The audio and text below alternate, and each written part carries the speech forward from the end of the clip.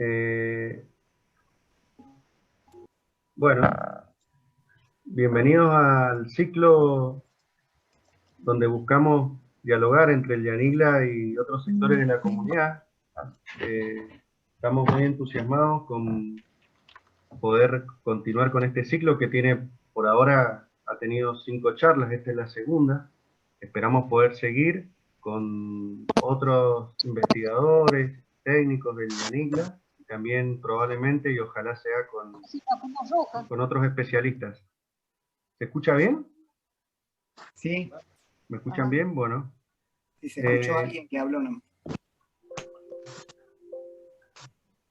Bueno, como decía Pablo hace un ratito, antes que empezáramos a grabar, hay 72 participantes, pero hubieron bastantes inscritos, superaron los 300, no sé si se irán agregando, y habían gente inscrita de distintas provincias de todo el país, de Buenos Aires, de San Juan, de Jujuy, de Córdoba, de Formosa, de Salta, y Neuquén, Río Negro, Catamarca, etc. También había gente de Brasil, Chile. ¿Cómo? Perdón.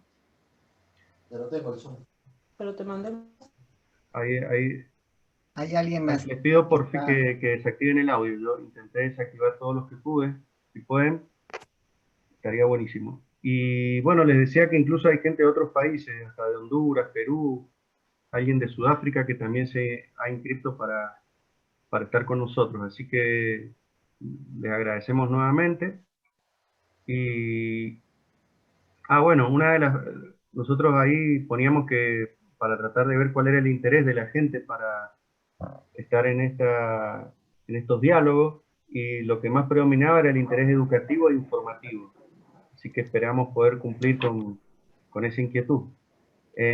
Lo que les pido, por favor, que todos los que quieran hacer preguntas, las hagan por el chat. Entonces, nuestro colega Osvaldo Cironi las va a recopilar, me las pasa y después se las vamos haciendo a Pablo, ¿no? Bueno, el doctor Pablo Villagra, muchos lo conocen. Para el que no lo conozca, lo presento brevemente.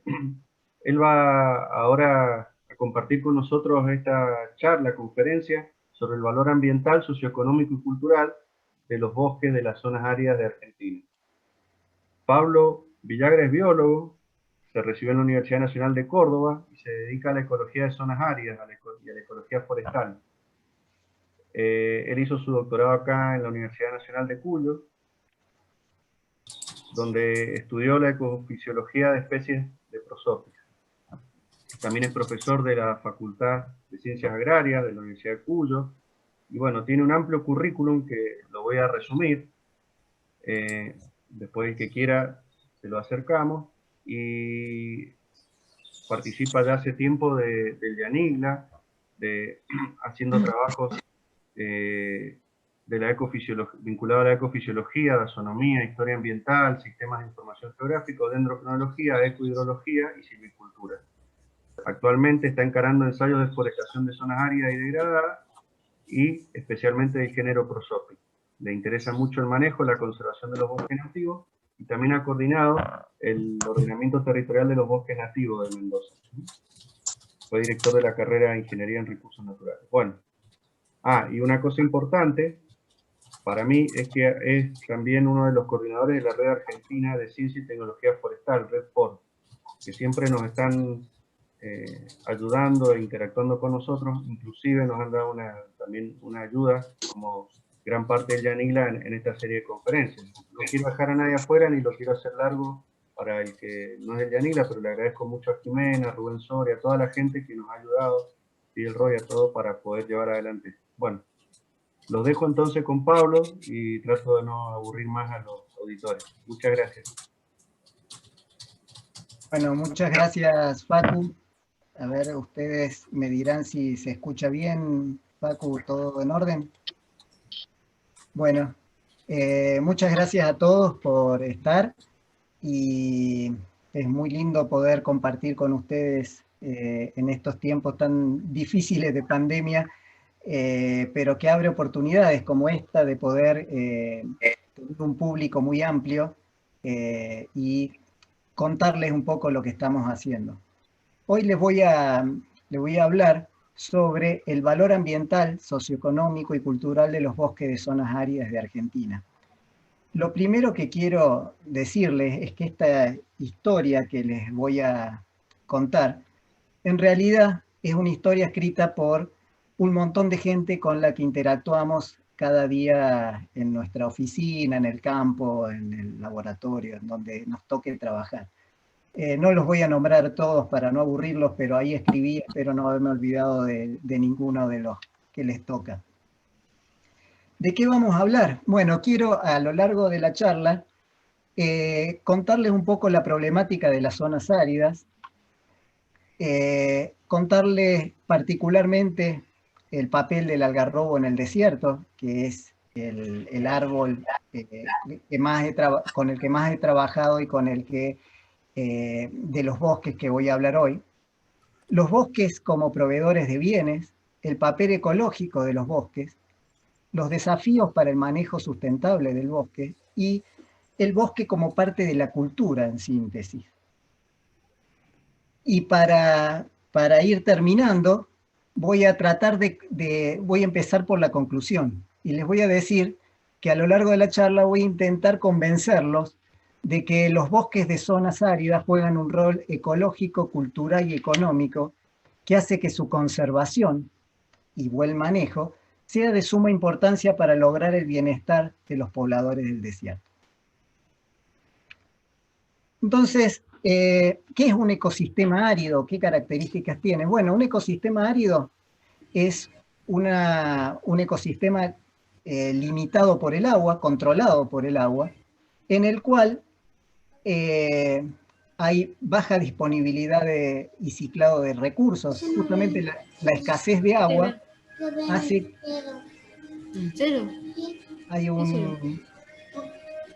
La escasez de agua hace que haya baja disponibilidad y ciclado de recursos, baja productividad en general del sistema, una limitada capacidad de recuperación y una relativa baja diversidad biológica en comparación con otros ecosistemas de mayor disponibilidad hídrica. En estos ecosistemas el agua controla todo, controla tanto los procesos ecológicos como las actividades económicas, sociales y culturales que se desarrollan en esta. Fíjense en esta foto que alguna vez tomó Mariano Morales, que no sé si está en el público. Fíjense, es un dibujo hecho por estudiantes de una escuela de estas zonas áridas, y fíjense la cantidad de agua que hay en el dibujo, ¿no? Es realmente impactante cómo estos niños, la importancia que le dan al agua, que es relativamente mucho mayor cantidad de agua que la que realmente hay en el sistema. Entonces, la utilización y competencia por el agua se convierte en el principal problema a resolver en el manejo de las zonas áridas. Los bosques que hay en las zonas áridas generalmente no tienen tanta prensa, tanto marketing, como los bosques de zonas más húmedas, que generalmente son más imponentes, más, en una de esas impresionan más. Sin embargo, hay algunas características que hacen que sean importantes a tener en cuenta y que los hace importantes estos bosques. Una alta proporción de los bosques se encuentran en regiones áridas y semiáridas. De los bosques, una alta proporción de los bosques que están en retroceso, que están en degradación, se encuentran en regiones áridas y semiáridas. El valor económico de sus recursos madereros es relativamente bajo en relación a otros bosques. Sin embargo, son estos los ecosistemas que suministran productos y servicios que benefician directamente a las poblaciones que hay en estos lugares. Y fíjense cómo será de importante que en este mapa que vemos de Argentina, todas estas zonas que están marrones y amarillos son zonas donde áridas, donde las precipitaciones son menores a las demandas hídricas que hay en la región, las demandas atmosféricas de la región. En general, abajo de los 700 milímetros, que es la zona amarilla, y llegan a tener hasta 100, 150 milímetros en las zonas más marrones. Pero todo lo que es amarillo y marrón son zonas áridas en Argentina. Particularmente me voy a concentrar en esta zona verde que está en este otro mapa, que es la región de la provincia biogeográfica del Monte. La provincia biogeográfica del Monte es una de estas zonas, fíjense, es casi toda marrón, o sea, con una de las zonas más áridas del país, donde llueve entre 50 y 300 milímetros al año de precipitaciones, y que tiene temperaturas medias entre 15 y 18 grados. Y otra cosa importante es que en esta región llueve en el verano, o llueve principalmente en el verano. Toda esta región está cubierta principalmente por este tipo de matorrales, en este caso de jarilla, matorrales de Zygophyllaceae en general, que son la jarilla, el retamo, y que tienen esta característica bien típica, donde que son distribuidos espacialmente los arbustos en forma aislada, con suelo desnudo, y bueno, y esto ocupa la mayor parte de la superficie del monte. Sin embargo, en zonas donde hay un poco más de agua, aparecen estos bosques, que son bosques de algarrobo. Esto es Prosopis flexosa, la especie particularmente que nos toca hoy. También hay Prosopis chilensis, que es el algarrobo blanco. Este es el que le dicen algarrobo dulce. Y forma bosquecitos más o menos densos, o más o menos cerrados, que se encuentran en esos lugares donde hay algo extra de agua. Este algo extra de agua podría ser un cauce de agua, un río, o directamente el agua subterránea, la freática. Esto hace que, si bien no cubren toda la superficie del monte, formen manchones que se vuelven muy importantes para el desarrollo y la calidad de vida de los pobladores de esta zona, porque son justamente los lugares donde hay mayor provisión de bienes y servicios en esta área. Fíjense, esto es una imagen de la estación de ferrocarril de Chepes en el año 1916, en el cual podemos observar una gran extracción, estaba listo para cargar en el ferrocarril, de leña, de postes, que, bueno, la leña era usada obviamente para calefacción, y los postes para el desarrollo de los viñedos. Fíjense en esta otra imagen, es una imagen actual, donde se está extrayendo leña de algarrobo para carpintería, madera de algarrobo para carpintería, es un aserradero en la zona en Catamarca, en el monte de Catamarca. Esto es en la zona de Pipanaco, fíjense, es un grupo de pobladores de la zona que producen carbón y los sacan en su vehículo para vender en las ciudades, carbón vegetal que ellos producen a partir de la leña de algarrobo. Por otro lado, los bosques también generan sustentos para el ganado, ya que son, vamos a ver un poquito más adelante, que son proveedores de pastos y de forraje a partir de los frutos del algarrobo, a partir de los arbustos que hay en el bosque, y que permite sustentar una ganadería vacuna en las zonas donde hay un poquito más de humedad, y caprina en las zonas donde hay algo menos de humedad, en las zonas un poco más pobres. De cualquier forma, en general es ganadería extensiva, y para las zonas de menor precipitación es una actividad de subsistencia para el desarrollo de los pobladores, para la vida de los pobladores locales, y en las zonas donde, por ejemplo, en General Alvear, que es un poco más húmedo, con 350, 400 milímetros de precipitaciones, alcanza para hacer un desarrollo económico un poco más grande, con mejores rentabilidades. Otra de los productos que sacan del bosque es el guano, a partir de la actividad de las cabras, de la ganadería, y este guano es vendido en los oasis irrigados como fertilizante para los cultivos. Es interesante saber que esta actividad representa una parte muy importante de la actividad de estos pobladores, y no es solo una actividad secundaria como podríamos, no sé, imaginarnos. También el bosque aporta alimento. La vaina del algarrobo o la algarroba es utilizada por los pobladores para hacer harina de algarroba y a partir de ello hacer el patay, que es una torta muy seca de harina, o usarlo como en la producción de algunos alimentos. Es una harina muy nutritiva con mucha cantidad de proteínas y de azúcares.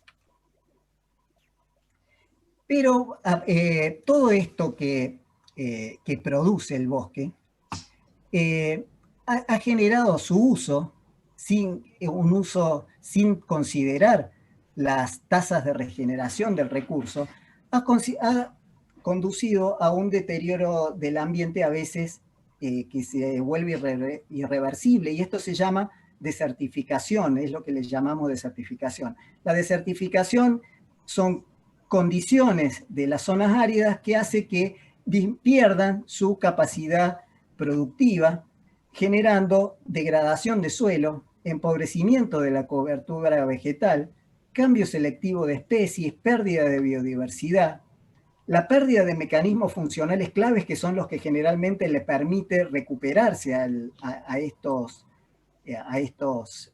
sistemas, y en definitiva la disminución de la capacidad de carga, de la receptividad ganadera, y con esto, con todo este conjunto de problemas, la pérdida de la calidad de vida de los pobladores de las zonas áridas. Entonces, lo primero entonces que me gustaría que vayamos viendo es que el bosque ha sido y es fuente de subsistencia para los pobladores. Entonces, el primero de los puntos es que el bosque tiene una importancia desde el punto de vista de la producción de bienes y servicios. El segundo punto que me gustaría que veamos es que además de la producción de bienes y servicios, el bosque tiene una importancia ecológica en el funcionamiento de esos sistemas.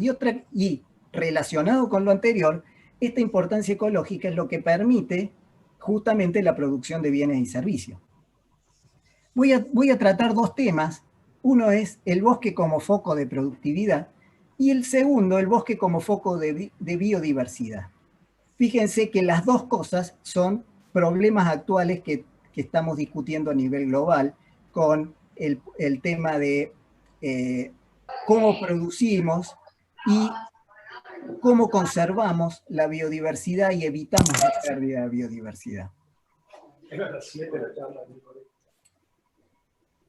Entonces, el primer punto es el tema del bosque como foco de productividad, y quería mostrarle esta imagen. Estoy parado en la zona de Cuyo, Mendoza, San Juan, en la cual vemos que, bien característico, tenemos un cordón montañoso, las llanuras, y en el borde entre el cordón montañoso y las llanuras tenemos los sistemas de riego donde producimos la mayor parte de nuestros alimentos. El agua, habíamos dicho que el agua es lo que acá condiciona todo el sistema. En este sistema el agua cae precipita principalmente en la montaña. Ustedes han escuchado hablar de esto de que las montañas son las torres que captan agua en nuestro sistema, y efectivamente es así. La mayor parte del agua entra como precipitaciones niveas en la montaña. Corren luego del deshielo a través de los ríos hacia las llanuras, y es utilizado en nuestros oasis irrigados para la producción de alimentos y para la producción en general, alimentos, madera, fibras, y finalmente es utilizada por las especies del desierto, ya sea en los cauces o usando el agua freática. Lo que entonces nos preguntamos es cuál es el origen del agua utilizada por las plantas y qué importancia tiene este agua utilizada por las plantas. Fíjense en este grafiquito, vemos nuestro sistema en el cual tenemos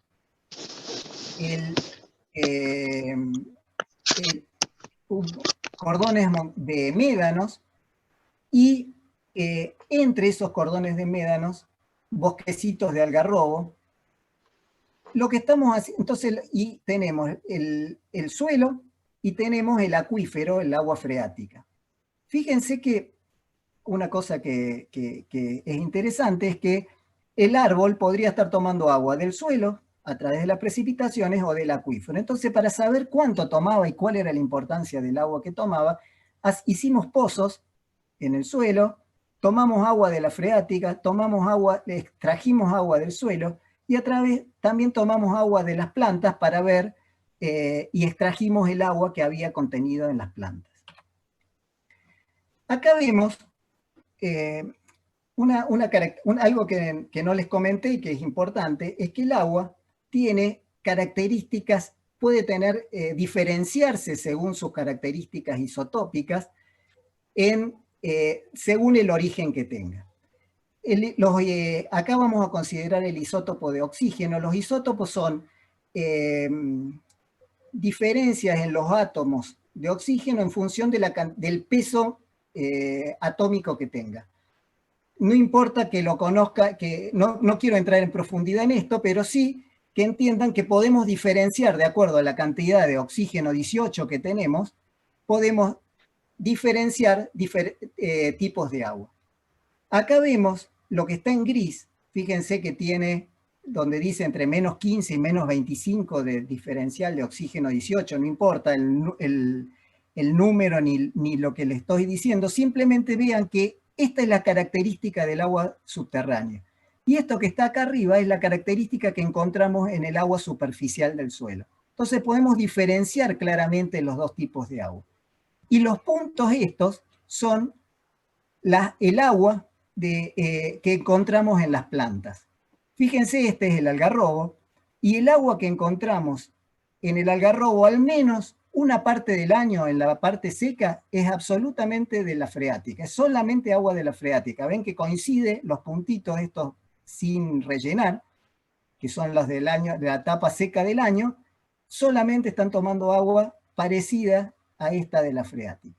En la época húmeda hay una mezcla. Cuando llueve, el algarrobo no es tonto, y entonces hay agua superficial y utiliza principalmente el agua superficial porque es más fácil de obtener, está en la superficie y lo toman de la superficie.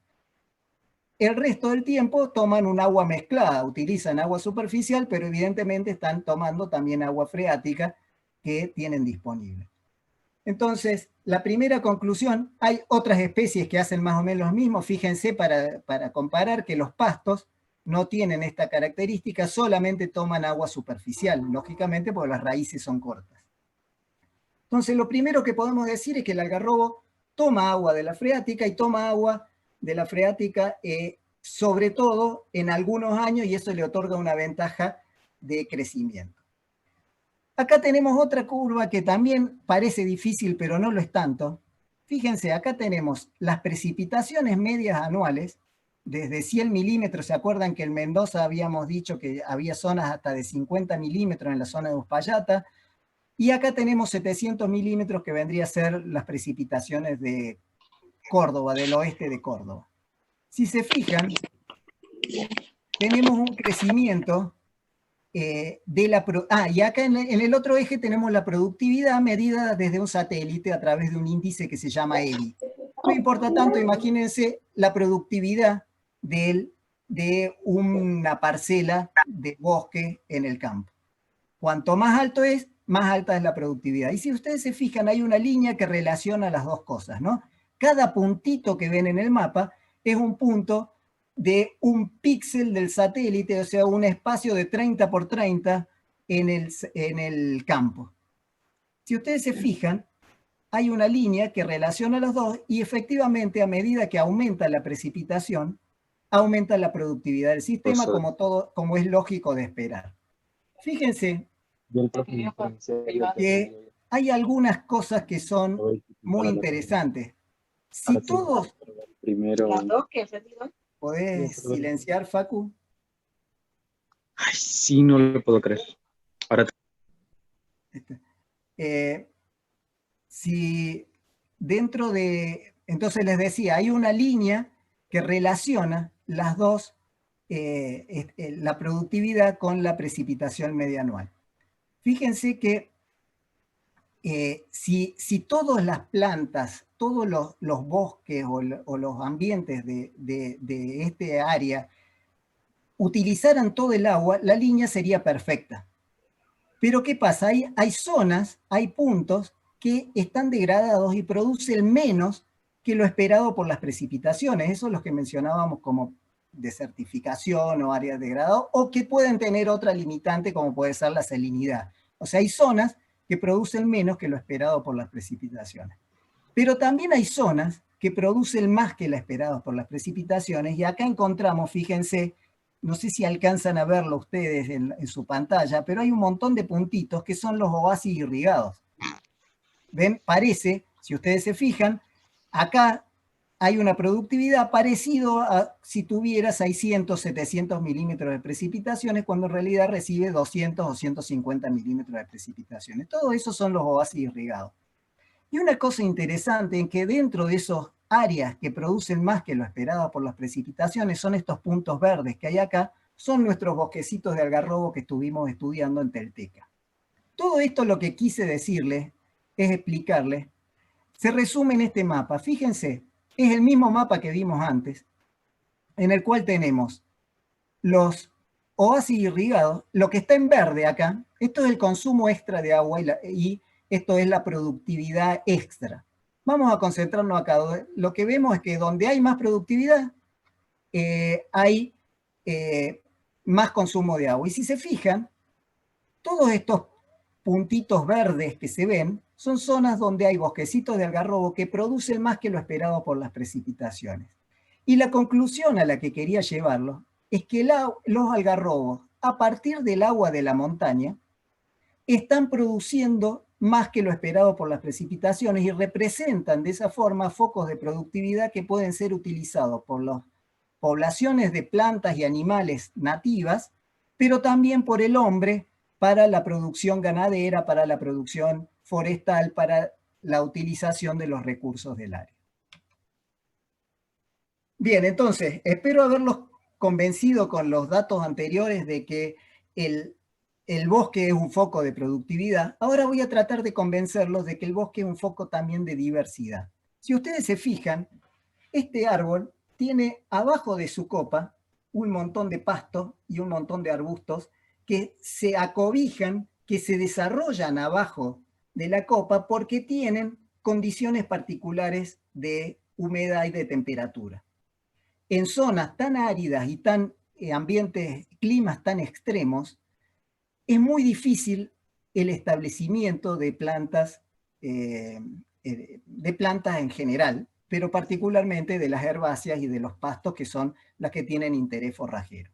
Si ustedes se fijan acá, este es un ensayo que hicimos ya viejito, del año 2003, en el que nos pusimos a estudiar qué plantas había abajo del algarrobo y qué plantas había afuera del algarrobo. Y si se fijan, hay un montón de plantas, todas estas verdes, que solamente o principalmente están bajo el algarrobo, y todas estas que están en rojo principalmente están afuera del algarrobo. No voy a entrar a decir cuáles son las plantas, lo que me interesa es el concepto de que la presencia del árbol modifica las especies que hay, cambia las especies que hay, y de esa forma genera mayor diversidad biológica en el sistema. ¿Y por qué lo hace? Porque abajo del árbol hay menos luz. Fíjense, la barra roja es la cantidad de luz que recibe el área expuesta, y el verde y el azul son el norte y el sur abajo de la copa del algarrobo. Entonces, si ustedes se fijan, hay mucho más luz, mucho más insolación en el área expuesta, es lógico, ¿no? Es lo que hablábamos de la sombra, pero es mucho más importante esto, fíjense, es moderación térmica. Lo mismo, las barras rojas son en el área expuesta y las áreas azules y verdes abajo del árbol. Y fíjense que casi toda la época del año, pero principalmente en el verano, que es la época más complicada en cuestiones para el establecimiento de las plantas, fíjense que el suelo llega a temperaturas de 60 grados en el área expuesta. Eso es prácticamente letal para el desarrollo de para el establecimiento de plantas. Sin embargo, abajo del algarrobo nunca supera los 30 grados o 35 grados la temperatura del suelo, manteniendo esa temperatura a una temperatura, perdón por la redundancia, viable para el establecimiento de plantas.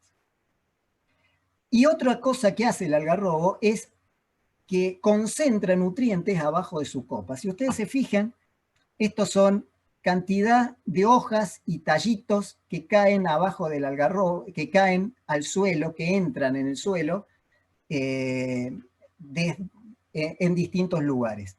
Yo no alcanzo a ver bien, así que ustedes supongo que tampoco, pero la primera barrita de cada grupo, estos son distintas fechas, la primera barrita es el área expuesta, las dos del medio son abajo del algarrobo y el otro es bajo jarilla, bajo un arbusto. Y fíjense que siempre bajo el algarrobo aparecen barras más grandes, o sea que la mayor parte de la materia orgánica está entrando abajo del algarrobo. Esta concentración de nutrientes abajo del algarrobo genera también una nueva condición para el establecimiento de plantas y la utilización de recursos adentro de las plantas. Una cosa que quería comentarles es que yo se los estoy pintando siempre como positivo a todos estos efectos, pero para algunas especies puede ser negativo. Por eso veíamos en la figura anterior, en esta, que hay algunas especies que prefieren estar afuera del algarrobo, ¿no? Porque prefieren tener más luz, por ejemplo. Y, bien. Además, los árboles representan hábitat de un montón de otros organismos, con insectos. Este es el famoso 77 por los dibujos que tienen en las alas. Sitios de nidificación para aves, por ejemplo, en este caso, tiene una gran importancia para los utilizadores de leña, ya sean para anidar o para comer, como las termitas, y particularmente para el anidamiento, esto es muy importante, para el anidamiento de insectos polinizadores.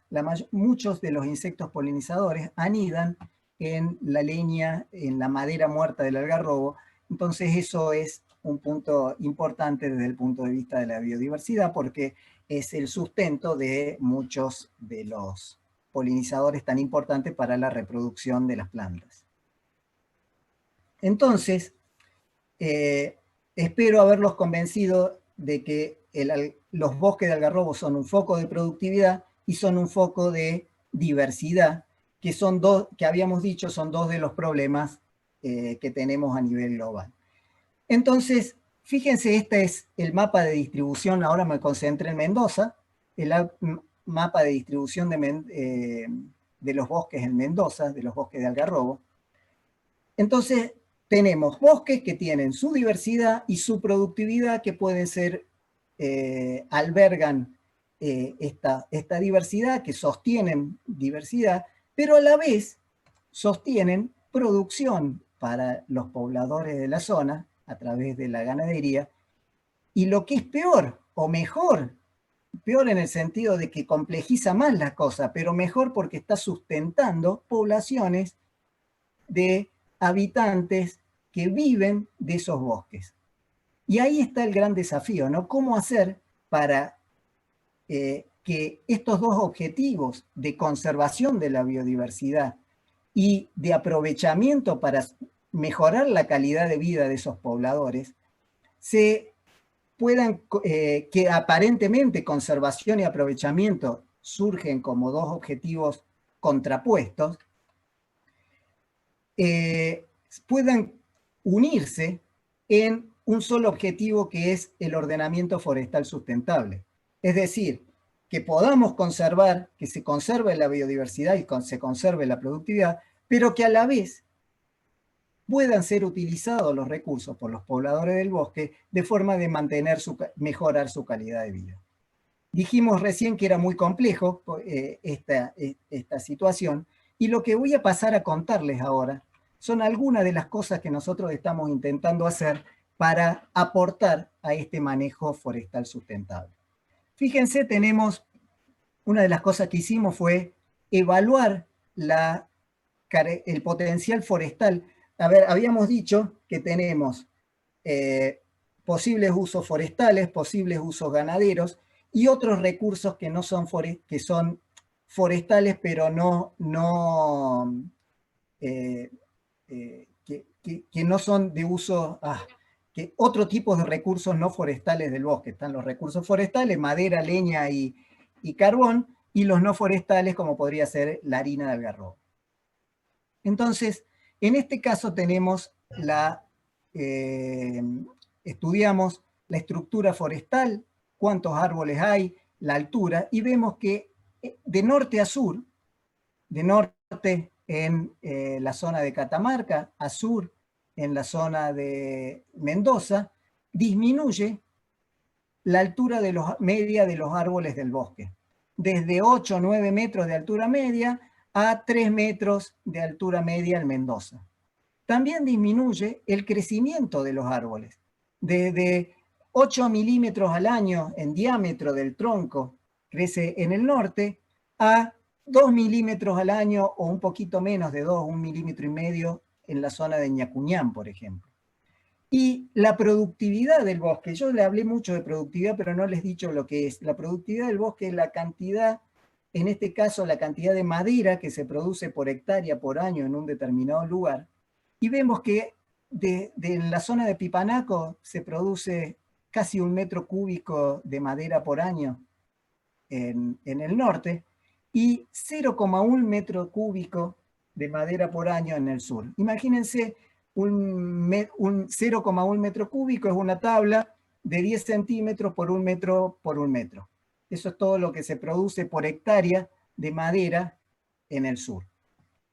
En el otro caso se produce casi un cubo de 1 metro por 1 metro por 1 metro de madera al año.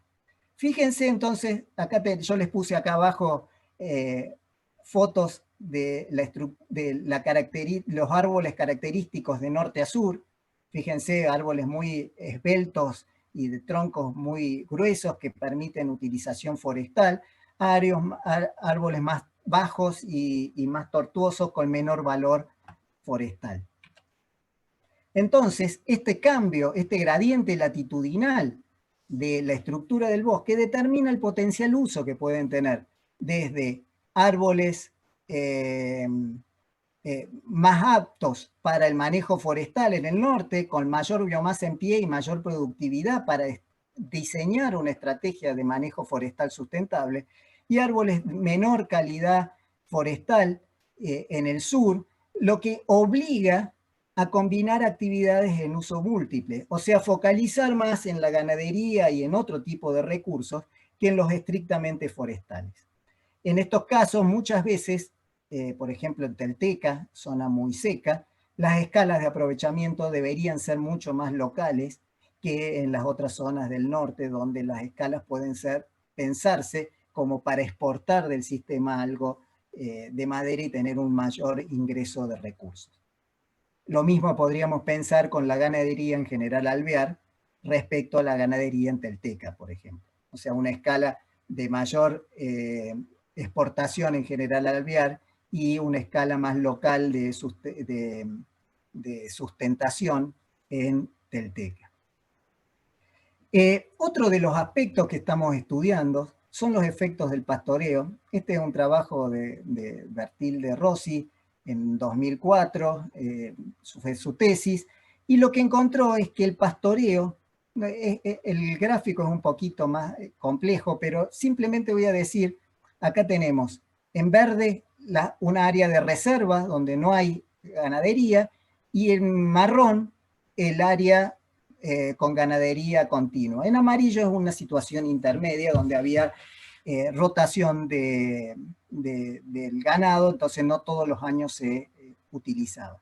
Lo que encontró es que los estratos bajos, principalmente los estratos de pastos y arbustos bajos, eran muy afectados por la ganadería y aumentaba el suelo desnudo en esos lugares.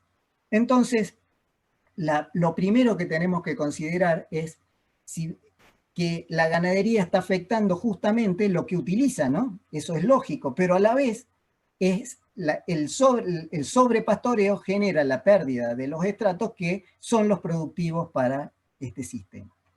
Entonces, muchas veces se ha pensado qué se puede hacer con estos casos y surge la idea de la utilización del fuego. Ustedes han visto que se está quemando todo en este momento y es realmente terrible y da mucha pena la pérdida del bosque, pero lo que tenemos que pensar es cuáles son las causas, los orígenes y qué consecuencias tienen. Y si ustedes se fijan, muchas veces se utiliza el fuego como una forma de eliminar los árboles y las leñosas para que crezcan más los pastos y los arbustos forrajeros bajos, que son los que se habían perjudicado. Entonces fíjense que es como un círculo cerrado, ¿no?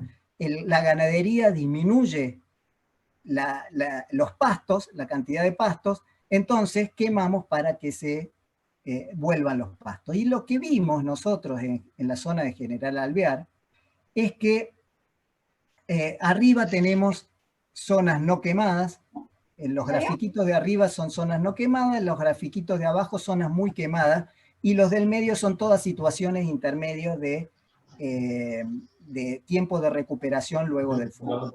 Lo que vemos claramente es que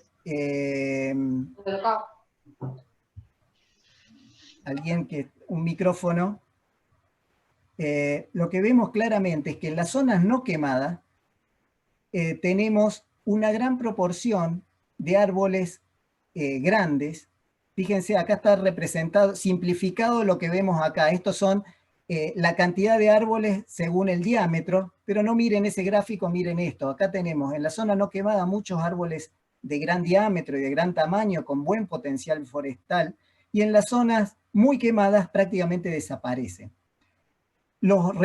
¿Qué pasa después del fuego? Rebrotan los árboles. Muchas veces no se mueren, pero en vez de tener un solo tronco, tienen un montón de rebrotes que generan arbustos de la misma especie, de algarrobo, pero son con una forma mucho más arbustiva y de menor valor. Y si se fijan, en las zonas no quemadas casi no hay de ese tipo de árboles. En las zonas muy quemadas hay muchos árboles, muchos de estos tipos de árboles, en las intermedias, y en las zonas muy quemadas desaparecen también estos. Fíjense entonces lo que pasa. Pasamos de un bosque con árboles en muy buen desarrollo a un matorral arbustivo de algarrobo, a un no sé qué, una zona muy degradada, sin leñosas, que lamentablemente tampoco tienen demasiados pastos. ¿Por qué? Ya creo que ustedes se pueden imaginar, porque habíamos dicho que en este tipo de zonas áridas la cobertura arbórea es la que sostiene la presencia de muchas de las especies. Al eliminar esa cobertura arbórea también disminuye la cantidad de algunas de estas especies. Esto estoy hablando, por supuesto, de los casos extremos de mucha frecuencia de fuego y demasiado fuego. En las situaciones intermedias sí hay pastos, pero una formación vegetal muy difícil que entre el ganado para utilizar esos pastos. Fíjense entonces, consideramos algunas consideraciones para el manejo. Alta recurrencia del fuego aumenta en algo la proporción del estrato herbáceo. Esto sería lo que están buscando, lo que se busca con el manejo del fuego. Las pérdidas de especies arbustivas forrajeras, que a veces son subestimadas su importancia, pero son un gran recurso en la época en que no hay pastos. la arbustización del estrato arbóreo dificultaría el acceso al ganado y menos áreas sombreadas que son utilizadas por el ganado y por algunas especies. Desde el punto de vista forestal, esto es bien claro, la pérdida del potencial forestal. Entonces, el fuego como herramienta puede llegar a ser utilizada con mucho recaudo en algunos casos, pero el fuego desmedido, como suele ocurrir cuando se va de control, como está pasando ahora en Córdoba, por ejemplo, no es al menos recomendado en primera instancia. Intentamos probar algunos otros formas de control de arbustos. Este es un trabajo de Luis Guzmán, un becario que está haciendo una tesis doctoral en este momento en Chamical, que está comparando el resultado del rolado y el desarbustado manual. Que estas 4 letras son bosque, arbustal, rolado, que es una forma de romper la vegetación a través de como un cilindro muy pesado que va rompiendo los arbustos, y el desarbustado manual es sacar los arbustos con la mano en forma artesanal. Entonces lo que vemos es que todos estos tratamientos disminuyen el estrato arbóreo, disminuyen sobre todo el desarbustado manual, el estrato herbáceo, y algunos suman bastante cantidad de pastos, que es lo que se busca. En este caso del desarbustado manual también está incluido una siembra de pasturas, de pasturas forrajeras artificiales, digamos, no nativas. Bueno, por eso ese gran desarrollo. Pero, a ver, a lo que voy y que me gustaría resaltar es que hay algunas formas donde habría que buscar una buena relación entre la mayor cantidad de pastos, pero sin perder la cobertura arbórea, que es lo que queremos compatibilizar desde el punto de vista del manejo forestal sustentable. Hay todo un plan ahora de manejo de bosque con ganadería integrada a nivel nacional que apunta a hacer compatibles estos objetivos. Entonces, otra cosa que estamos intentando hacer es evaluar la capacidad de recuperación de campos degradados por ganadería.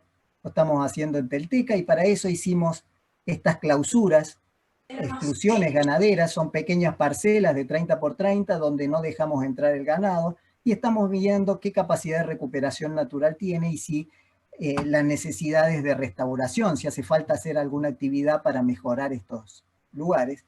Y acá vemos una de estas parcelas desde el aire. Fíjense cómo ya se empieza a notar diferencias entre el adentro y el afuera. Les pido que no critiquen nuestra falta de calidad para la geometría, porque no nos salió muy cuadrada la parcela como nos hubiera gustado. Pero bueno, se ve a los objetivos de evaluar la capacidad de recuperación pareciera estar teniendo resultados. Todavía no puedo contarles mucho más de esto porque tienen un año de datos y este año lógicamente no hemos podido ir a continuar con las mediciones. Bueno, entonces hasta ahora hablamos de... ¿Me están escuchando? A mí se me cortó el PowerPoint. ¿A ustedes? No, se ve algarrobo en la cultura. Ahí volvió, ahí volvió. Ajá. ¡Ay, qué susto que me pegué! Se veía la... A mí se me había cortado PowerPoint, decía, tiene un problema. Bueno, ya hablamos entonces de la importancia ambiental, de la importancia socioeconómica que tiene para los pobladores de la zona, y empezamos a tener en cuenta algunos criterios para el manejo forestal sustentable. Para terminar como cierre, quería hacer un análisis o pensar cómo las culturas de estos lugares han incorporado al bosque como parte de ellas. Fíjense, esta es la cantata del abuelo Algarrobo, de Antonio Esteban Agüero, que le dedica todo una conceptualización al algarrobo. Fíjense, he tomado acá distintas autores que mencionan semillita de chañar, semillita de algarroba, tomate el tiempo preciso para ver tu fruta madura. No me dejes partir, viejo algarrobo, levanta un cerco con tu sombra buena, átame a la raíz de tu silencio donde se torma pájaro la pena, Atahualpa Yupanqui, Peteco Carabajal, se balancea las ramas, fiesta en el algarrobal, vuelan las vainas doradas, el árbol se vuelve pan, algarrobo, algarrobal, qué gusto me dan tus ramas cuando empiezan a brotar. Fíjense, muchas canciones y poesías de las zonas donde hay algarrobo hacen referencia al algarrobo, dando muestra de que están internalizados en la cultura. Los textos son de la cantata del abuelo Algarrobo. Fíjense, muchas de las casas están construidas, de los pobladores están construidas sobre bosques y abajo del algarrobo o al lado de un algarrobo. Ustedes vayan leyendo esto, cómo reflejan estas cosas, ¿no?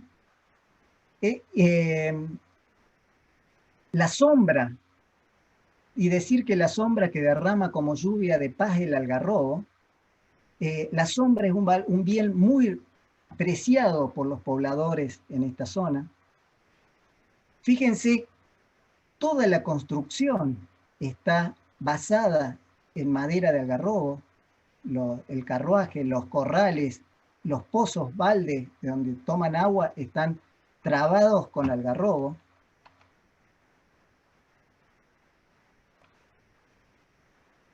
Las vainas de oro, pan de la pobreza, donde los cielos, misterioso trigo, alimento de bueyes y caballos y golosina de los niños.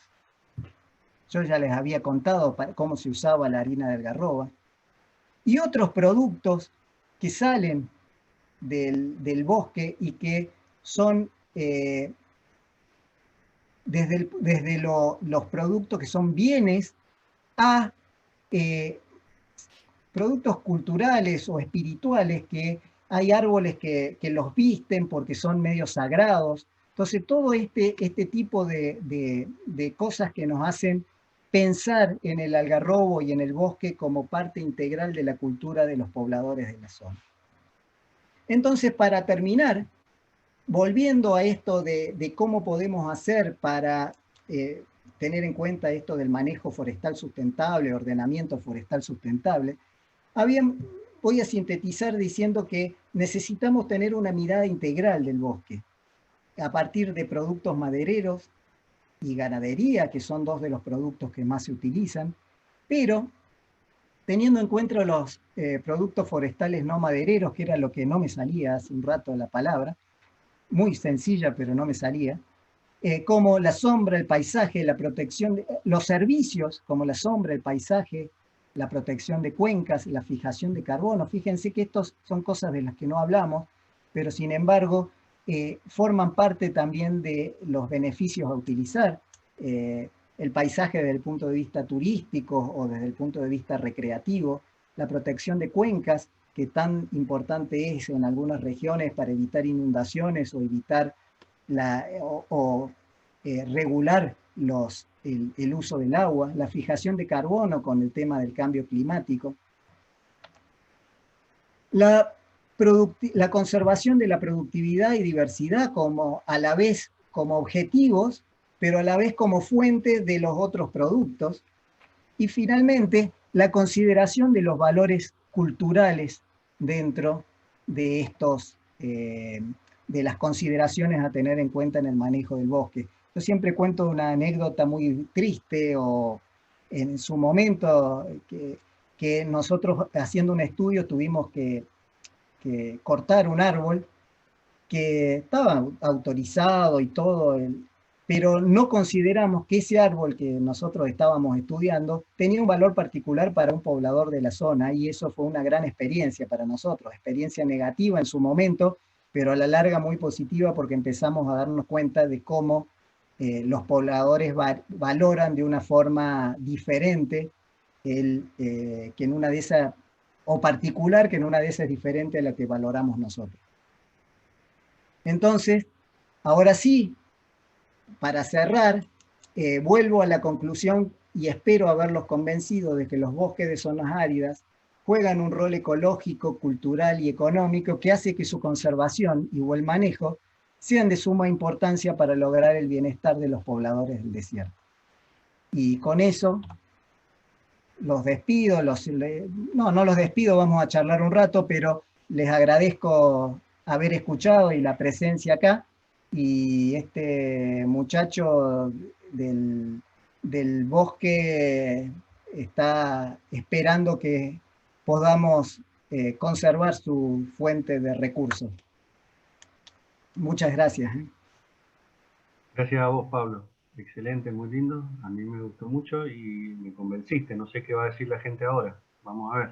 Yo soy más fácil de convencer. Bueno, estaba media timidona la gente con las preguntas, pero se ha soltado, así que tenemos varias preguntas. Vamos a ver si Osvaldo nos ayuda con eso.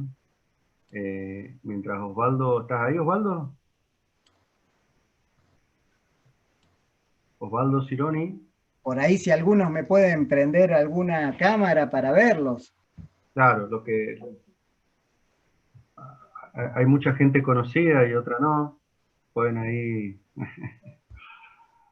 bueno, mientras está Osvaldo, a ver si acá me está dando un mensaje por otro lado. Que le habilite... porque yo le puse algo que no... Lo deshabilité a todos, ¿viste? Entonces, a ver... ¿Para qué lo busco acá? Y... Dejé de olvidarme el audio. Ahora no. ¿Vos, Osvaldo, no podés habilitarte solo? Permitir...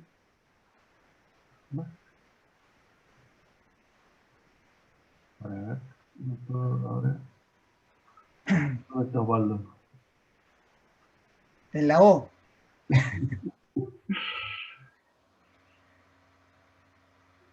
Bueno, acá no... Para que yo también soy... Vos también sos. Lo puedo habilitar yo. No sé por qué no... Yo puse una cuestión que no pueden... Los que les habilito no pueden volver a habilitarse, pero ahora no puedo ni yo tampoco. ¿Ahí estás? ¿Ahí? No, sigue con el... No sé qué tengo que tocar. A ver, para acá. Solicitar, permitir que los participantes... Ahora todos los participantes pueden activar su propio audio. Ahora tenemos voz. Ahora nos desmutaste. Discúlpenme la censura. A ver, hola. Ahí estamos. ¿Me escuchan ahí? Sí, ahí está sí, bien. Ahora sí. Bueno, Pablo, excelente presentación, súper didáctica, me encantó, y bueno, hay varias preguntas que han hecho, que se han soltado, y Omar nos pregunta, que es un docente rural de La Paz, nos pregunta si existe alguna protección legal de los bosques nativos. Bueno, sí, actualmente yo no hablé no incorporé ese tema, pero la ley de bosque y el ordenamiento territorial de bosque nativo de Mendoza ha ordenado y protegido los bosques de todo el país, pero particularmente de Mendoza. Nosotros en el año 2010 participamos en esa discusión y coordinamos la limitación de las áreas, que no sé si han visto ese mapa de verdes, rojo, verde y amarillo, donde las áreas rojas no se pueden tocar y se protegen. Las áreas amarillas pueden usarse desde el punto de vista sustentable sin cambiar el uso del suelo, o sea, no pueden dejar de ser bosque, sí se pueden utilizar.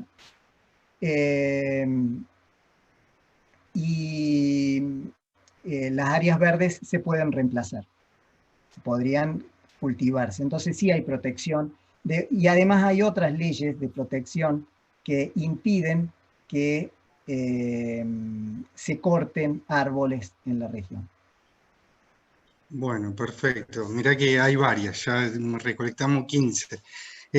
Cintia nos pregunta si el crecimiento de los árboles se da de acuerdo a la latitud y al suelo. Sí, sí, sí, la latitud seguro. Lo tenemos medidos y ahí yo les mostré ese. Entonces posiblemente tenga que ver con la temperatura, con el largo del periodo de crecimiento del año. Lo que no tengo tan claro es cómo afecta el suelo en el crecimiento. Sin duda lo debe afectar, pero no tengo mediciones o tan claro cómo es la relación entre el crecimiento de los árboles y el suelo. Otra cosa que determina el crecimiento de los árboles es el agua, ¿no? La cantidad de agua, si la freática está cerca, si llueve mucho, si hay un río cerca. Eso determina el crecimiento de los árboles y eso está medido y seguro. Pero la latitud también, y el suelo debe tenerlo, pero no lo he considerado. Bien, perfecto. Georgina quisiera saber si históricamente hay un registro en el cambio del uso del suelo. Hola. Georgina... Ay, Georgina, sí. Bueno, sí. Georgina Farina, ¿será? Bueno, Ay, no importa, es por me ir. quedó muy arriba en el chat, perdón. Bien, sí, hay un registro de cambio de uso del suelo. Una cosa que saqué justamente hoy para no hacer más larga, porque ya era demasiado larga la charla. En el monte, generalmente los bosques se han ubicado en los puestos se han ubicado en bosque. ¿Por qué se han ubicado en bosque los puestos? Porque los bosques están donde hay agua y los puestos ganaderos se ubicaron donde hay agua. El hombre se ubicó donde hay agua. Entonces es lógico que se hayan ubicado. Y en esos mismos lugares se produjeron las zonas de cultivo y las zonas de ciudades. Entonces, la mayor parte de las zonas rurales y urbanas están sobre antiguos algarrobales. No todos, pero gran parte, una alta proporción.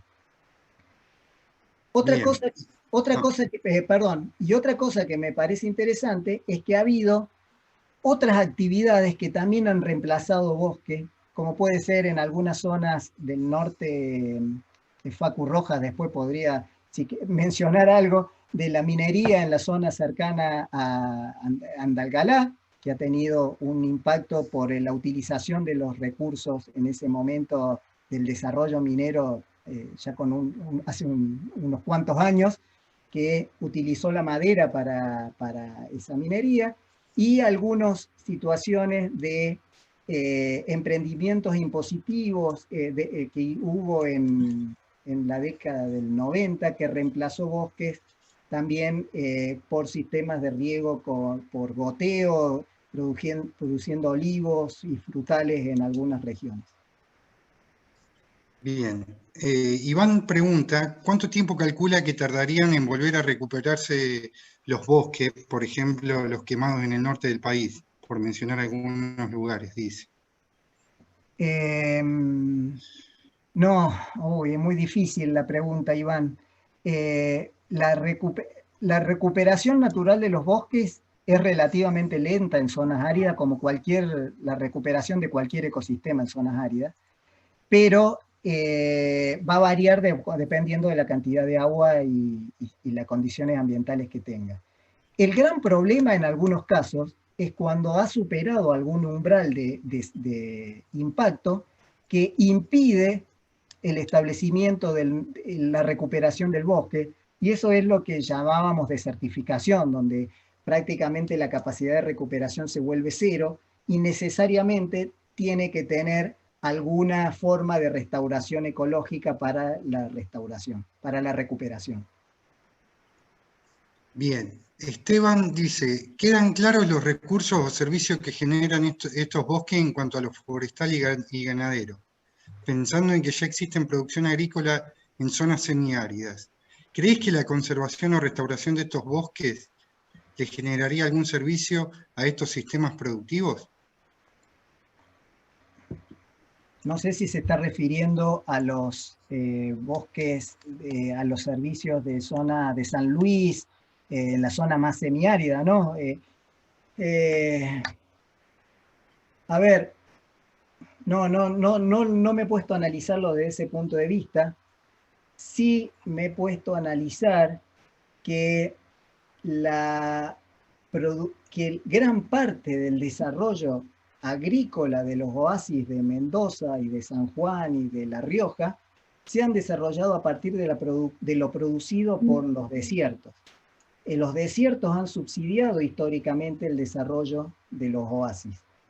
Entonces, en ese momento fue muy clara la provisión de servicios desde el desierto hacia el oasis con todos los materiales que se usaron para el desarrollo. Me imagino que Esteban, no sé qué Esteban será, no sé si será investigador o estudiante o público en general, pero dependiendo de eso me imagino que se está refiriendo a servicios más del tipo de provisión de servicios hídricos o provisión de protección de suelo, y no lo tengo analizado para esas regiones. Seguramente, sí, por ejemplo, la polinización, ¿no? La polinización es algo que seguramente se relaciona con el albergar polinizadores en la madera, por ejemplo. Pero no lo he analizado. Buenas tardes, Pablo. Buenas tardes. ¿Sí? ¿Qué tal? Quería pedir la palabra. Hola, ¿me escuchan? Osvaldo y Facu. Sí, Sí, bueno, José Luis, hágala. Sí. Pregunte. Bien, nomás. gracias. Buenas tardes, ¿cómo Mira, andan? primero felicitarlo, Pablo, por la charla, la verdad que es muy linda. Soy del interior de Catamarca. Quería preguntarle su opinión respecto, bueno, vivimos en una zona desértica nosotros. Me preocupa y quiero preguntarle a Pablo la opinión sobre los pastizales de altura, porque el bosque llega un momento que sigue por ahí los cursos de agua o los arroyos y llega a una altitud que prácticamente desaparece y comienzan los pastizales de altura. Hablamos de 2.500, 3.000 metros, ya van dominando los pastizales de altura, ¿verdad? ¿Qué opinión tiene? Y si entran dentro de las leyes de bosque, los pastizales de altura, y también ascendiendo un poco más, aparecen otros ecosistemas que son los humedales. Los humedales donde, bueno, son ecosistemas especiales, si entran. Se cortó. Están protegidos por las leyes de bosques. Y también, ¿qué opinión tenés sobre las cactáceas, las columnares, que cómo están considerados por las leyes de bosque? Porque la verdad que nos preocupa mucho el tema de las cactáceas. Ocupan amplias regiones acá, diversos, según la posición, según la latitud y la orientación de las laderas de las montañas. Hay lugares que están plenamente ocupados por cactáceas. Entonces, ¿cómo las ves a las cactáceas dentro de los bosques? ¿Si están consideradas o no? Pablo, esas son mis preguntas. Bien, muy interesantes las preguntas. A ver, para que sean bosques, para que sean considerados dentro de la ley, la protección de la ley del bosque, tienen que ser bosques según la definición de COFEMA, que son árboles de más de 3 metros de altura y con 20% de cobertura de esos árboles. O sea que los pastizales de altura no entrarían dentro de la consideración de la ley de bosque. Los humedales podrían ser diferentes si los humedales tienen bosque. Hay humedales que tienen bosque alrededor, pero el humedal en sí mismo tampoco entraría dentro de la conservación de la protección de la ley de bosque, pero los humedales en general tienen otros tipos de leyes de protección.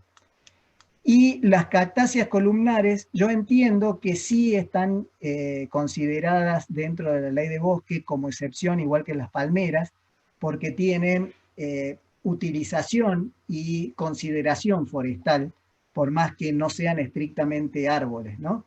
Los cardones de Catamarca y de Salta y de Jujuy son utilizados por los pobladores locales como madera.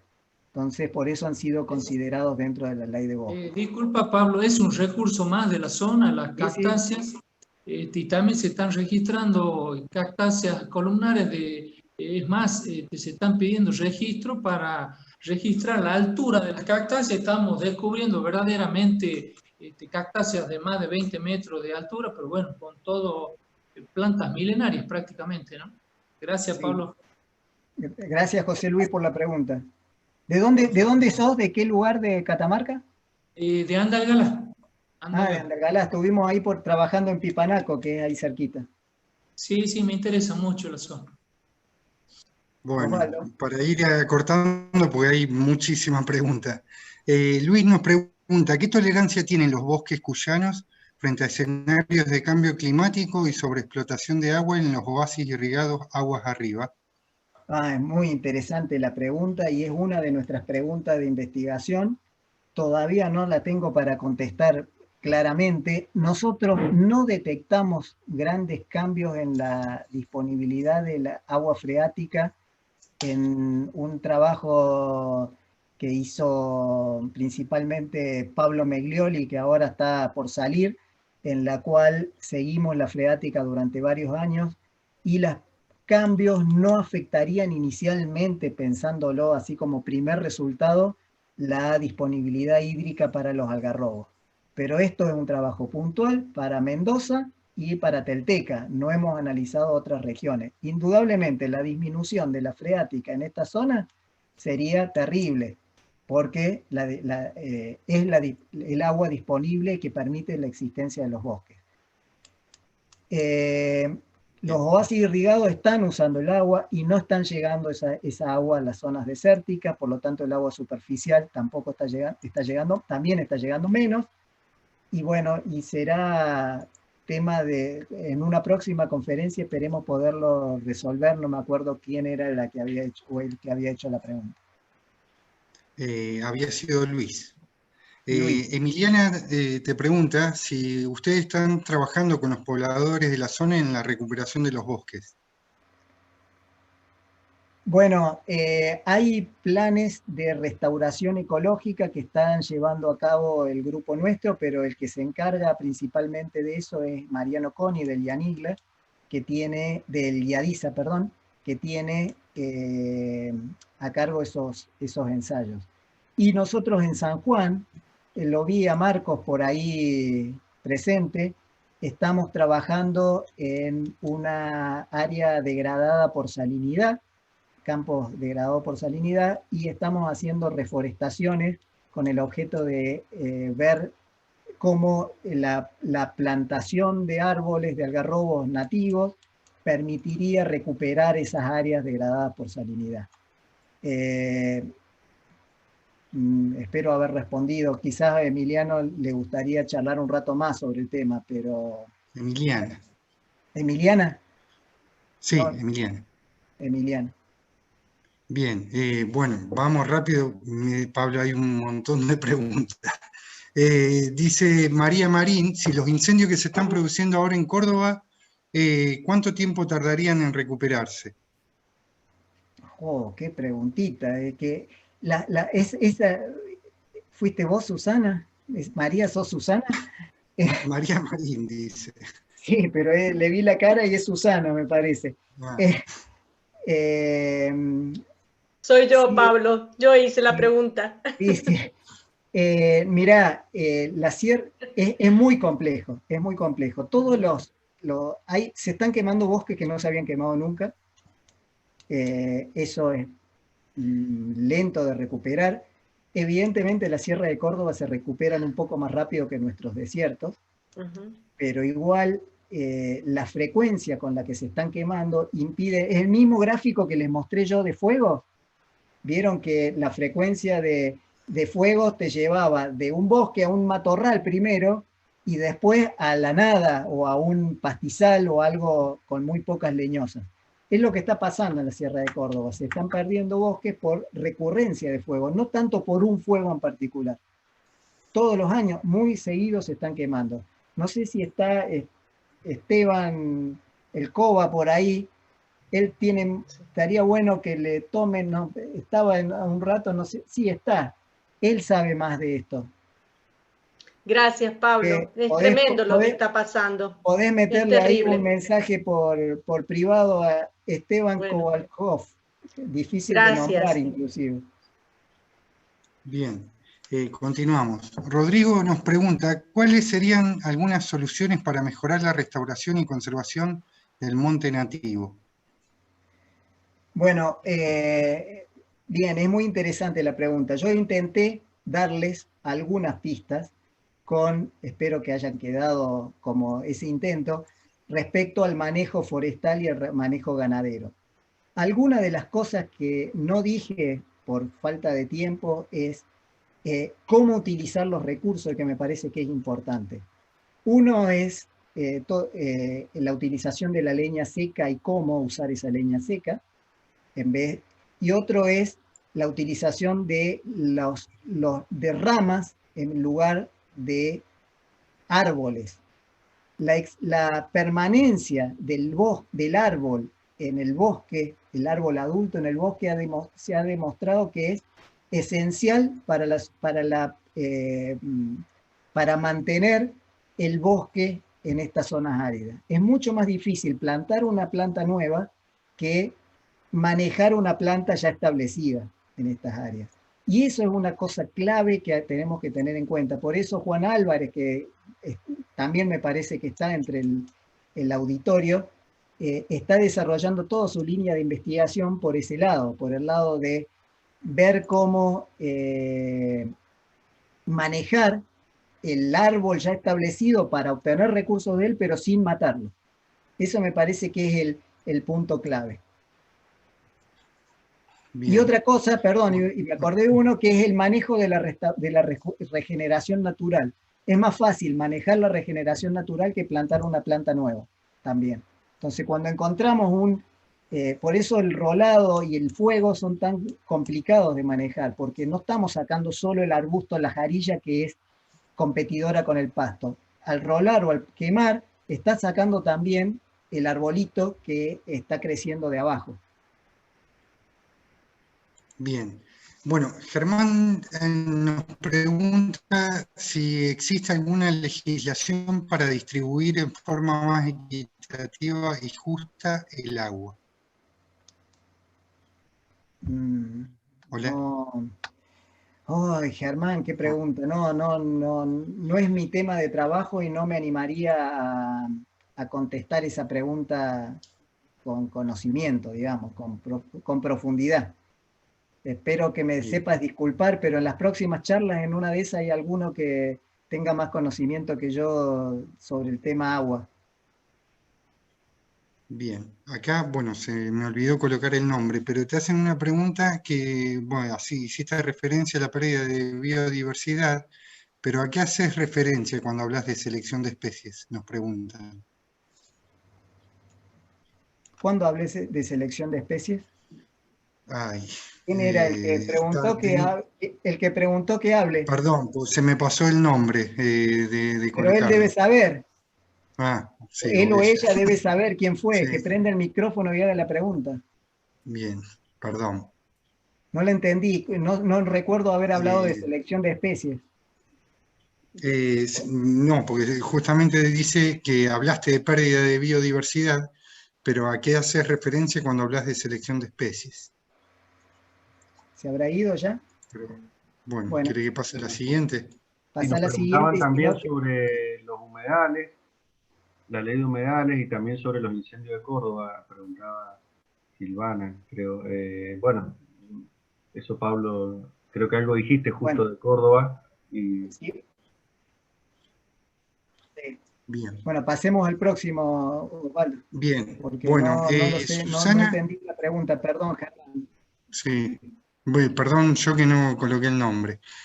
Susana nos pregunta si sería posible recuperar un suelo que esté en un avanzado grado de desertificación. Y es lo que pretendemos, por ejemplo, en el caso de San Juan, que tiene altos contenidos de sales, pretendemos que con el la presencia, la plantación de árboles, nosotros aspiramos a que recuperen los suelos, tanto en este caso de salinidad, como las plantaciones que estamos haciendo en Telteca y en Santa Rosa y en La Paz, en zonas quemadas, en las cuales estamos probando plantaciones que también estimamos que la presencia del árbol mejoraría la condición del suelo. Eso lo hemos medido, que en zonas con árboles tiene mejor fertilidad, más contenido de carbono, de nitrógeno el suelo, y que permitiría pensar que la presencia del árbol lo mejora. No tenemos resultados concretos hoy, sino ensayos iniciados. También en las clausuras, en las exclusiones ganaderas que estamos haciendo en Telteca, también estamos haciendo un seguimiento temporal del suelo, para ver si eso cambia, si va mejorando. Ya veo que empeora, ¿no? En una de esas tenemos mala suerte y la hipótesis de que mejora el suelo no funciona, pero creemos que sí, que debería mejorar el suelo.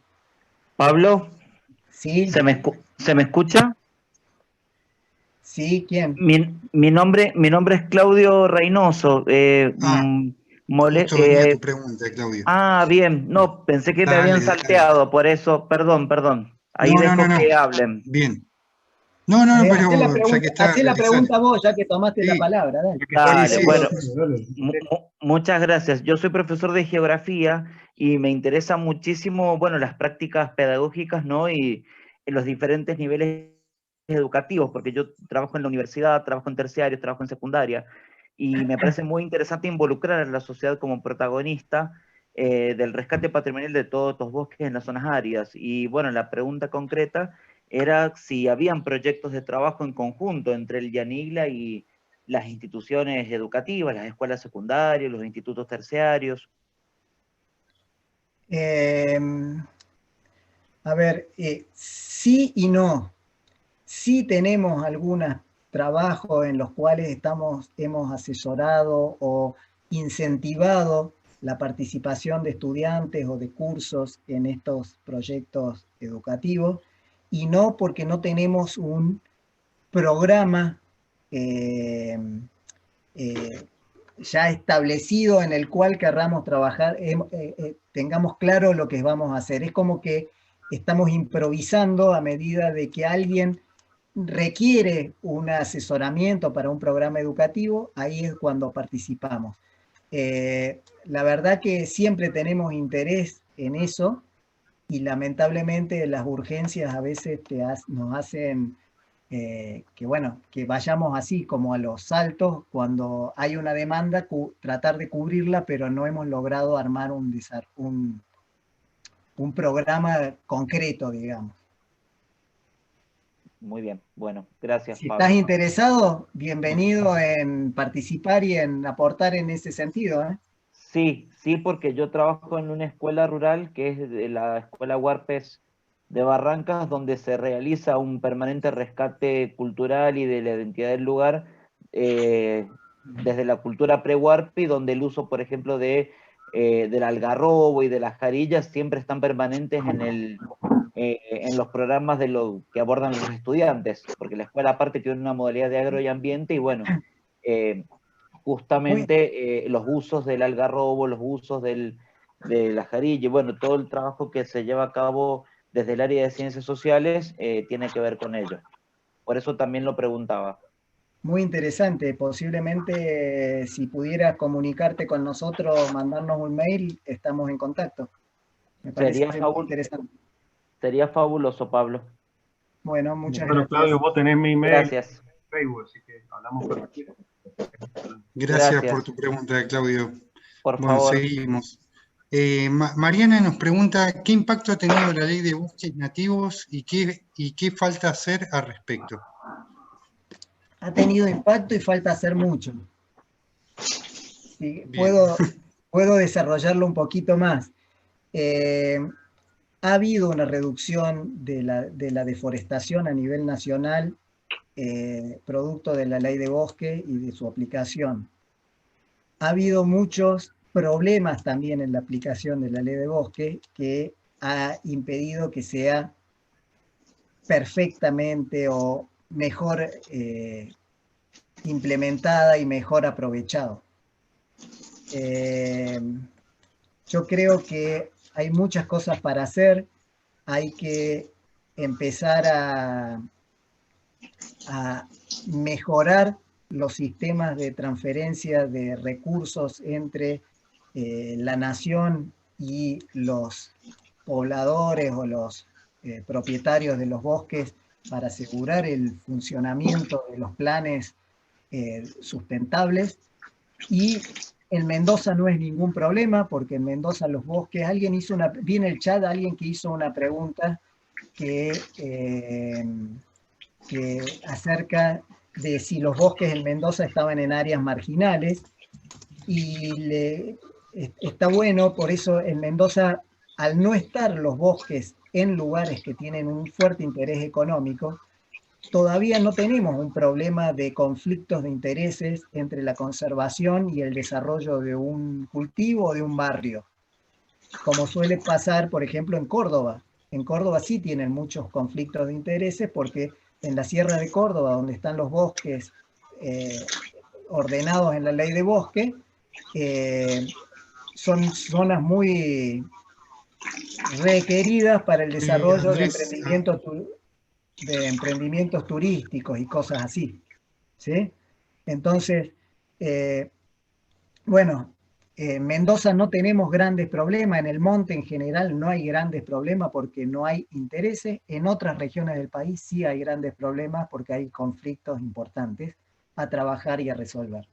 De cualquier forma, soy un defensor de la ley de bosque en el sentido que implica una primera discusión y muy buena en el cual involucramos a la sociedad, o la sociedad se involucró en conservar bosque nativo. Bien. Nodo Ambiental pregunta si hay programas de articulación entre organizaciones a nivel provincial que promueven el buen uso del bosque, que estaría casi ligado también a lo que pregunta Claudio de algún modo. Le contesto lo mismo que lo que preguntó Claudio. Nosotros, bueno, hay algunos programas que está manejando la Dirección de Recursos Naturales de unir y vincular organizaciones que están manejando los bosques. Nosotros no tenemos un programa establecido, sino tenemos actuaciones esporádicas de acuerdo a la misma forma que le respondía Claudio. Cuando hay una demanda y nos interesa meternos, nos metemos y tratamos de aportar. En otros casos, no tanto. Bien. Nahuel Sequeira pregunta si, considerando que hay varias definiciones de sustentabilidad, en este caso se refiere a que los pobladores puedan seguir utilizando los recursos generando la menor degradación posible. Tratando de no generar degradación, le mejoraría esa definición. La sustentabilidad o el concepto de sustentabilidad es muy discutido y muy complicado. ¿Qué es sustentable? ¿A cuánto tiempo consideramos la sustentabilidad? ¿Es imposible ser sustentable? Siempre que usemos el bosque lo estamos afectando de alguna forma. Y todas las respuestas son posibles. Nosotros creemos que aún en la peor definición de sustentabilidad, en la más pesimista, que es que sea imposible ser absolutamente sustentable, creemos que hay que apuntar a la sustentabilidad. Es decir, lograr la utilización de los recursos, pero sin degradar el recurso, sin degradar el bosque. La degradación de los bosques son a veces irrecuperables, entonces intentar mantener el recurso a lo largo del tiempo para que pueda seguir siendo utilizado. Posiblemente si haya definiciones pesimistas y capaz que las definiciones pesimistas tengan razón, pero no por eso no debemos dejar de buscar la sustentabilidad. ¿Quién era el que me había preguntado? Nahuel Sequeira. Bueno, Nahuel, espero haberte respondido. Anabela pregunta si usted cree que los bosques nativos presentan algún limitante para el desarrollo de los pobladores locales. No lo entendí. Los bosques presentan un limitante, Sí, o sea que sean malos los bosques para el desarrollo de los pobladores locales, ¿sería? ¿Anabela estás? La pregunta está formulada de esa manera. Si ¿Anabela crees que los estás? bosques nativos presentan algún limitante para el desarrollo de los pobladores locales. ¿Está Anabela? Hola, sí, sí, un limitante socioeconómico más que nada. O sea que el limitante es más bien ambiental, ¿no? Son bosques cuya productividad es relativamente baja, tanto desde el punto de vista forestal como el punto de vista ganadero. Esto es muy claro en Lavalle y es menos claro en General Alvear, donde la ganadería aparenta ser una actividad productiva interesante para los pobladores y no tiene una limitación económica, digamos. El de Lavalle sí, y por eso tenemos economías de subsistencia y que requieren posiblemente algún tipo de asistencia desde las otras regiones. Y una cosa que yo discuto a muerte cuando me peleamos por estos temas es que si tantos años el desierto sustentó el oasis o subsidió el desarrollo del oasis, ¿por qué nos vamos a preocupar ahora si tenemos que subsidiar la recuperación de los bosques en el desierto?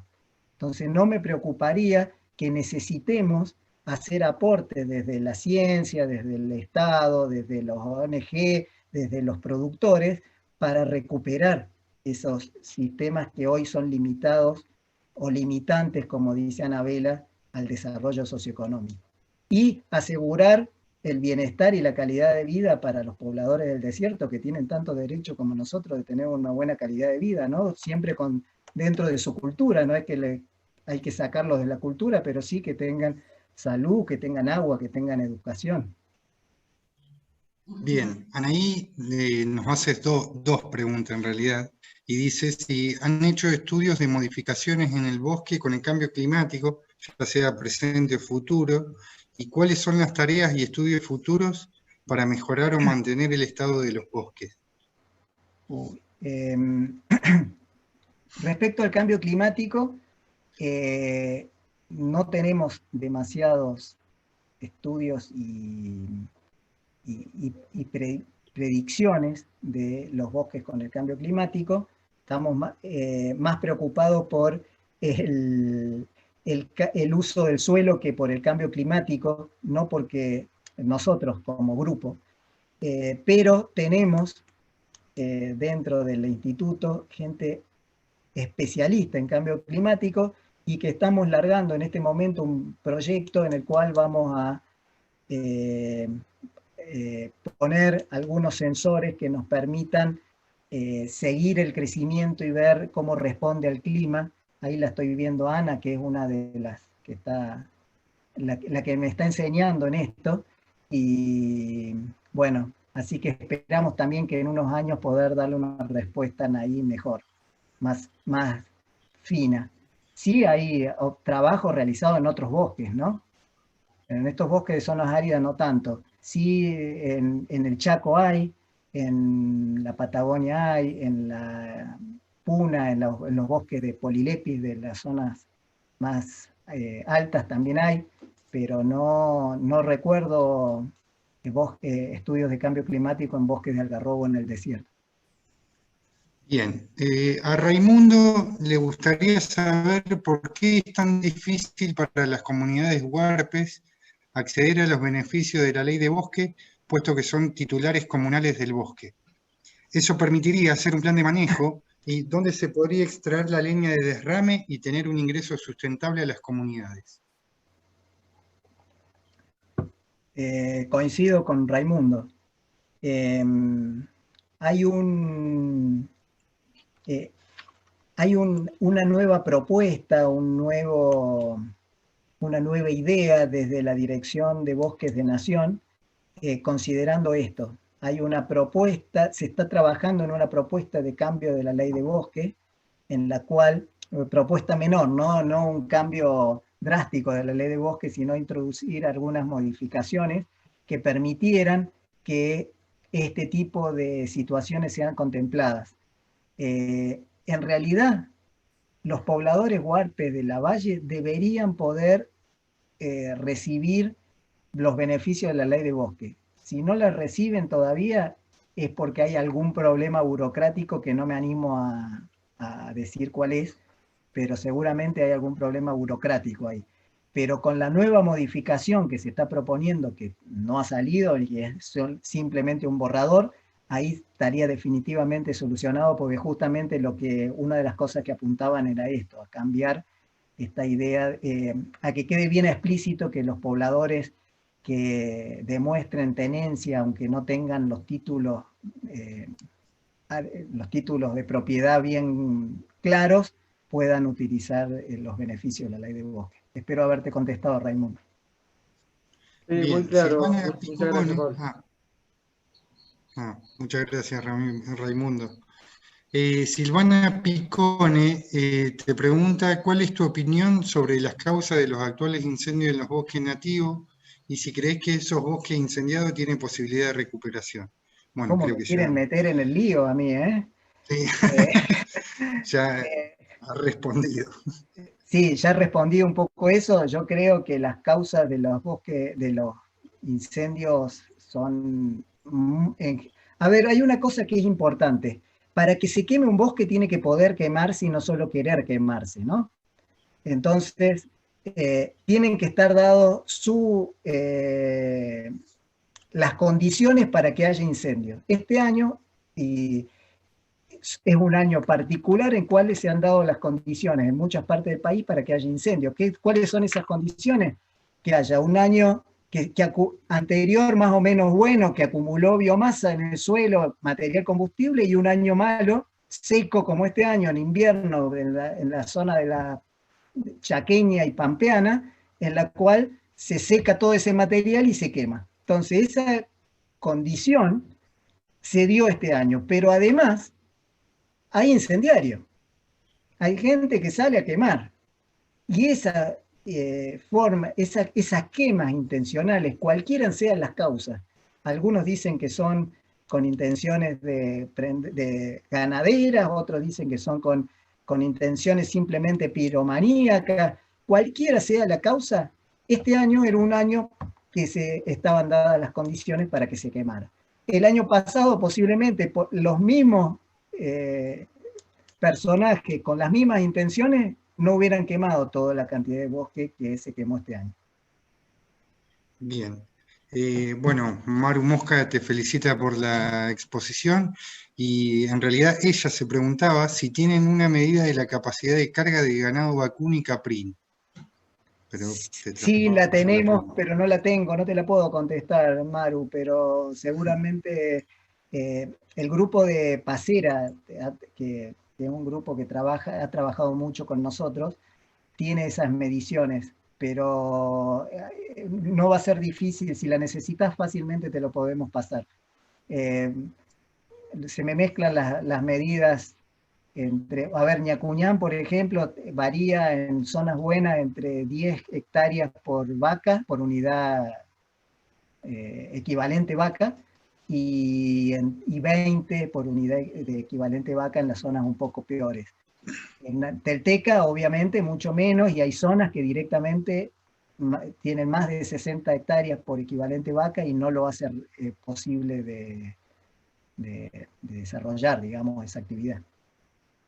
Sí, por eso pasan a cabra, ¿no? Que la cabra sí puede desarrollarse. Bien, Susana Sassarini nos pregunta, en caso de que las napas freáticas estén contaminadas, ¿perjudica de alguna manera a los árboles que se nutren del agua de esas napas?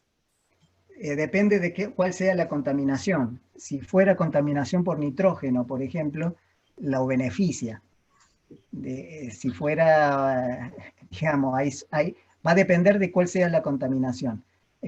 Con Pablo Meglioli hicimos parte de su tesis, fue un trabajo en el cual midió en los puestos ganaderos como un área de alto impacto, no por el puesto en general, sino por la zona del corral del puesto ganadero, que es un área de alto impacto porque van todas las cabras y llenan de heces con mucho nitrógeno, y ahí él encontró nitrógeno en la freática.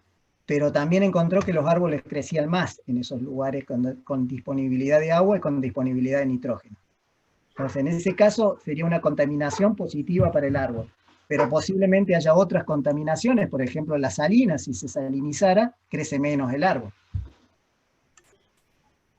Sí, mira, Patricia dice el alpataco que es freatofita es facultativa. Cuando tiene agua en donde están ustedes, ¿aumenta su porte respecto del extremo sur del monte? No, el alpataco siempre es arbustivo, ¿no? Aumenta el porte en el sentido, bueno, salvo el lámaro, que es un arbolito, todos los demás son arbustivos y aumenta el porte, llega a 3 metros de altura, 3 metros y medio, pero nunca deja de ser arbustivo. Y el alpataco es muy freatófito, es facultativo, coincido con, ¿quién era? No recuerdo quién, Patricia. Coincido con Patricia en que es facultativo, pero es de los más freatófitos de todos. Estaba en la figura que yo les mostré. Y ese, cuando tiene agua freática, toma agua freática. Es impresionante. Si querés, Patricia, después volvé a mirar la figura, va a estar grabada esta charla. Volvé a mirar la figura y fíjate que el alpataco tiene todo el año agua freática en sus hojas, en su tallo. Patricia Buca es. Aparecía Patricia. Soy Patricia Boiri de la Universidad de Río Negro y trabajé con alpataco. Me comuniqué hace un tiempo con Cecilia Vega Rivero, me dio una mano también cuando empecé con mi tesis doctoral. Y bueno, yo encontré algunas diferencias de aspectos germinativos, no la evaluaciones a campo, pero quería saber algo más sobre qué pasaba, qué diferencias fisonómicas había entre el alpataco de ustedes y el que está acá. Bien. Está bien. Mi tesis fue sobre alpataco. Sí, también la mía. somos colegas de especie. Sí, bueno, estamos en contacto, cualquier cosa escribinos. Dale. De hecho, hay algunas diferencias en algunos parámetros germinativos, algunos aspectos que yo evalué que tenías de parámetro el trabajo tuyo y encontré algunas diferencias latitudinales, digamos, por eso quería saber un poquito más. Bueno, seguimos en contacto. Gracias. Dale, Patricia. Ahí copié de vuelta en el chat el mensaje de Esteban para los que estén interesados en los problemas de los incendios y los bosques en Córdoba. Por ahí a mí se me pasó. Ahí dejó su mail, muy atento Esteban, gracias.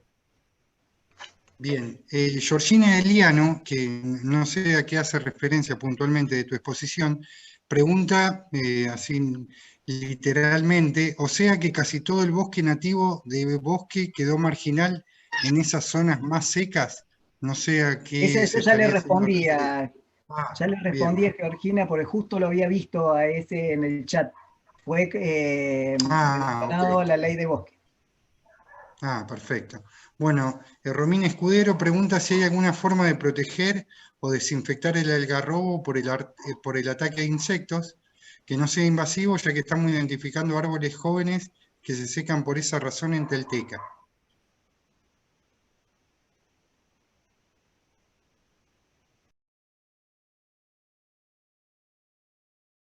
Responderlo, pero no... Pablo, eso los vimos, ¿te acordás con Julieta? Están al norte del Pichón, que nos preguntaban los pobladores y se están secando. Tienen como algún taladrillo, alguna especie de insecto los está pudriendo por dentro. Sí, pero no sabemos, nunca hemos trabajado con control de insectos y no tengo conocimiento, no me animo a decir nada al respecto. Bueno, ahí Silvana Picone sigue haciendo referencia sobre, bueno, la opinión de ustedes respecto a los incendios de los bosques nativos en Córdoba, pero bueno, creo que ya ha quedado claro y seguimos avanzando, que hay bastante más. Dice, a ver, perdón. Bueno, siguió el chat y no sé si se me está pasando alguna, Facu. Ana Rosa quiere saber sobre la escasez de los juveniles plátulas, de algarrobos en el campo. ¿A qué se debe? Plántulas.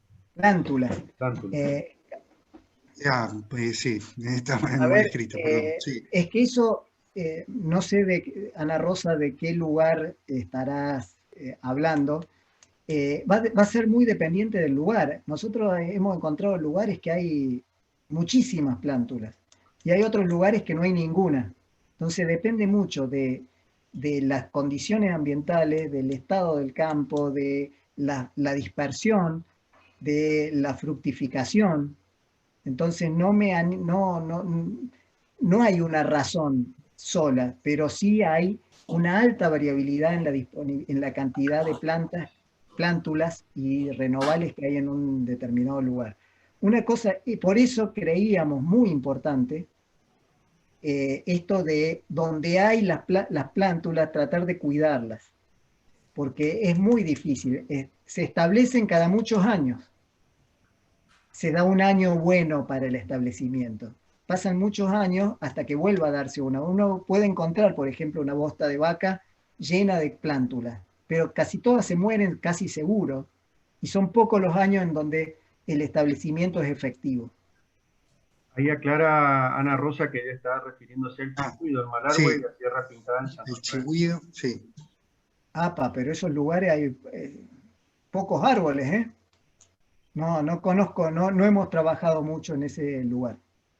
No podría opinar particularmente sobre ese lugar, pero lo que sí es claro es que el establecimiento es raro. No es un evento que ocurra tan frecuentemente como para poder decir que es un problema o que está mal en el que no haya algarrobos, que no haya establecimiento de algarrobos. Hace referencia a que son casi relictos boscosos. Bueno, es un buen punto para estudiar, ahí, para seguir estudiando eso, lo anotamos, me parece. Sí. Bueno, creo que esa fue la última pregunta. Perdón, Ana Rosa, estaría muy bueno si nos pasás.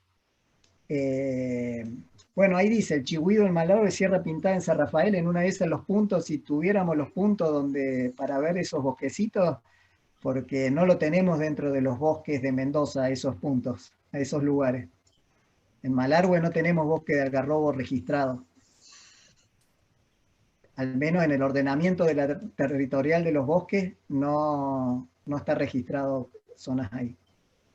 Es más la variedad de presa ahí, ¿no, Pablo? ¿No? ¿Cuál es la que... Podría haber variedad de presas, sí, pero no el árbol. El árbol, como le dicen.